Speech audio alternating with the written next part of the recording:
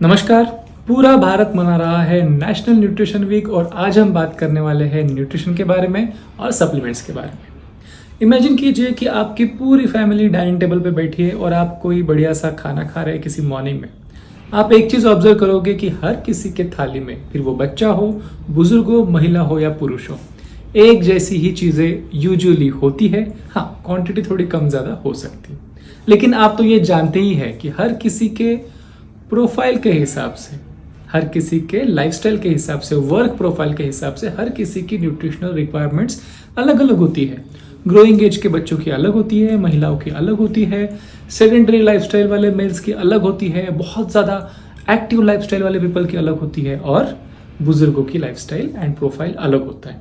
तो हर किसी के प्रोफाइल के हिसाब से हर किसी को अलग अलग न्यूट्रिशंस की ज़रूरत है और वो यूजुअली हमारे यूनिफॉर्म टाइप के डाइट में कवर अप नहीं होता, इसलिए हमें अलग अलग सप्लीमेंट्स की ज़रूरत पड़ती है।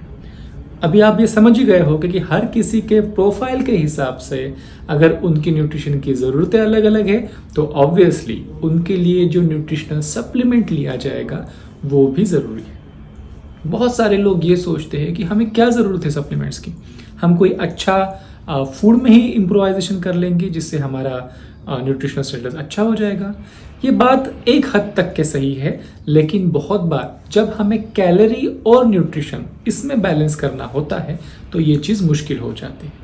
कई बार कोई विटामिन या फिर मिनरल प्राप्त करने के लिए जितनी क्वांटिटी में आपको फूड खाना पड़ेगा वो इतना सारा हो जाता है कि उससे आपकी कैलोरीज और वेट बढ़ सकता है, शुगर बढ़ सकती है। ऐसा इम्बैलेंस होता है, इसलिए आपको ज़रूरी ये है कि आपने बैलेंस रखना है अपने फूड में और सप्लीमेंट में।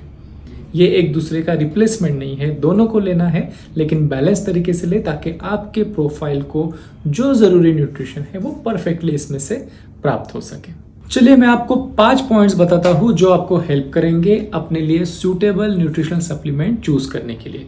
सबसे पहला पॉइंट तो ये है कि आपके प्रोफाइल के हिसाब से ज़रूरी न्यूट्रिएंट्स उसमें होने चाहिए।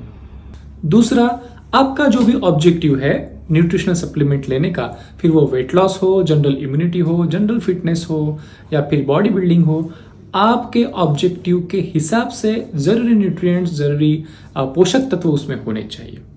तीसरा इंपॉर्टेंट पॉइंट, जब भी आप कोई भी न्यूट्रिशनल सप्लीमेंट चूज़ करते हो ये प्रीफर कीजिए कि जितना ज़्यादा हो सके उतना नेचुरल हर्बल वो हो, कम से कम सिंथेटिक चीज़ें उसमें हो, कम से कम प्रोसेस्ड इंग्रेडिएंट उसमें हो, ये उसमें आपने चेक करना है। साथ में ही आपके प्रोफाइल के हिसाब से कोई अनवांटेड या फिर हानिकारक इंग्रेडिएंट तो उसमें नहीं है, इसको भी आपने चेक करना है। चाहो तो आप अपने डॉक्टर का या फिर न्यूट्रिशनल एक्सपर्ट का उसमें से सलाह ले लीजिए।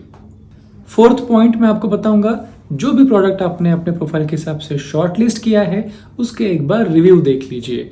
ये देख लीजिए कि वो प्रोडक्ट ट्रस्टवर्दी है या नहीं और बाकी लोगों को उससे रिजल्ट सच में मिल रहे हैं या नहीं।